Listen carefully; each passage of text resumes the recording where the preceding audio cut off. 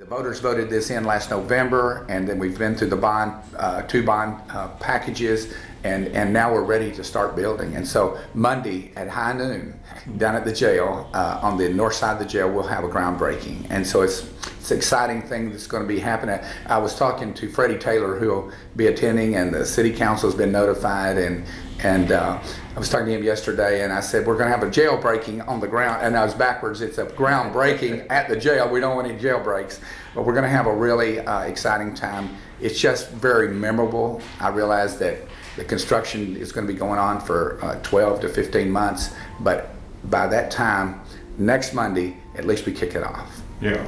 Now, I believe there will be a meeting before that where you'll kind of get an idea again about how the budget's coming along. And actually, it's a really important morning. The reason I'm able to announce this, I've talked to our construction folks, and the bids have gone out, and the construction appears to be below budget. So we're really excited about that also, that everything is about just where we hoped it would be. So we're going to meet with them all morning on Monday morning from 9. We'll do our regular agenda, then we'll stop and hear their reports.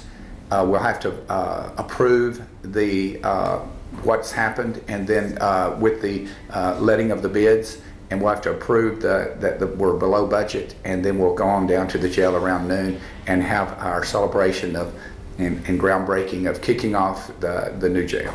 These are some pretty significant parts of the puzzle, because these are your subcontractors that'll be working for the major contractor. Right, and all of them, apparently all of those contracts have been let. There's still a few things for us to decide on Monday morning, but I think we're pretty well there.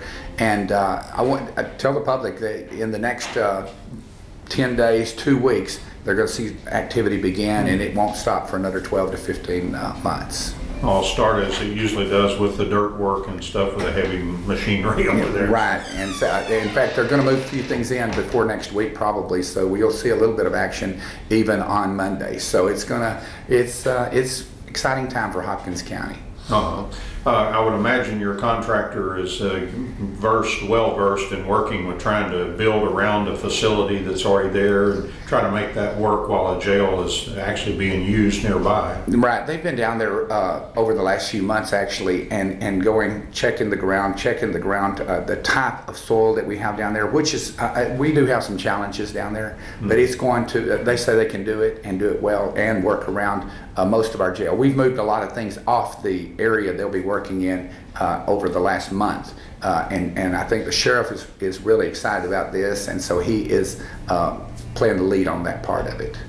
It was said from the very beginning when they were talking about the jail and the impact that the millions and millions of dollars would have on the budget, that it would cause a several cent increase in the budget, and I believe that's going to be the case. Yes, it is, and I regret that, but it's just part of the deal. This is a $16 million proposal, and it's a big thing. However, on the other hand, right now we're taking people to Franklin County. Over the last few years, we've had them in Hunt County, Titus County, and what we're going, and even Rains County at one point. We're now working to get those back into Hopkins County. We'll save a lot on transportation. We'll save, of course, we're paying those between $30 and $40 a day per prisoner, so that they can take care of our prisoners. We've been running from 3 up to 35 people in the other jail, and this is in the last 6 to 7 months since I've been judge. So it's been a difficult situation, but it's going to now we're looking toward some relief from that, and this jail should do us for at least 20 years or more. It's going to be concrete on the bottom, concrete on the sides, and concrete on top. It's going to be a very safe jail, and I just think it's going to be a really great thing for our county. What kind of life do they give you on a jail like this? Do they give you a 20, 25 year, or I mean, can they speculate on how long this should last? It should last a lot longer than that. And when I say 20 years, we also have room for expansion on the north side. We're planning on, on the south side. There'll be room for expansion if we need it at the time. Actually, I don't anticipate that we're going to need that anytime soon. I've been here more than 20 years in the system, really more than 30 years in the system. I remember working in the jail next door. I was a dispatcher and jailer in 1981, and I would run upstairs and check the inmates every hour, and then I would dispatch on the radio to the deputies, and we were pretty simple in those days. It's a little more complex now, but now we've gone from 13 is what we held in those days, and now we're going up to a possibility of 192. This should be sufficient for a long, long time.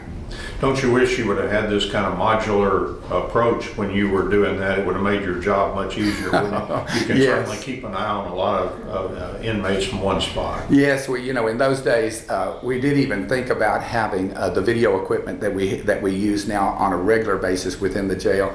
We never even thought about we didn't even think about cell phones or any of those kind of things in those days. We had some radios that we were real proud of. Things have advanced so much that we can actually do more with less. And so we're going to have to add a few employees, but not nearly as much as we would have had to 20 years ago with the plans they had those days. And the modular setup, I've heard the sheriff talk about it, the fact that you can add on so much easier to that. You just add another module, kind of like. Right. We're going to have a women's module, and then we'll have 2 men's modules, and then we can actually go out to the south and easily add on whatever we need. It's very efficient, and it should be good for both employees and actually the inmates.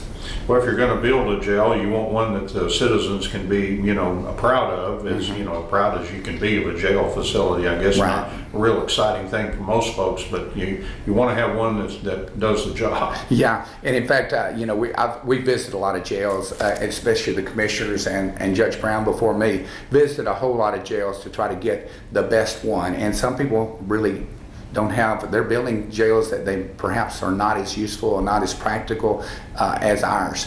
I think we've got the very best design, and I'm excited about our construction company and our architects. I think it's all going to happen. It's going to happen as it should. They've built other jails similar to ours, this particular company. That's one of the reasons we selected them. And it's almost like putting together a puzzle. And if you put everything together properly, we shouldn't have any problems later. And it sounds like it's coming in at or below budget, so that's Right. good. That is, that's super. And again, we're going to go up about 6 cents in our tax rate. But that's just the cost of doing business. We knew that was going to happen when, in fact, we told the people before we voted, this is going to happen, but it's a necessity, and it is.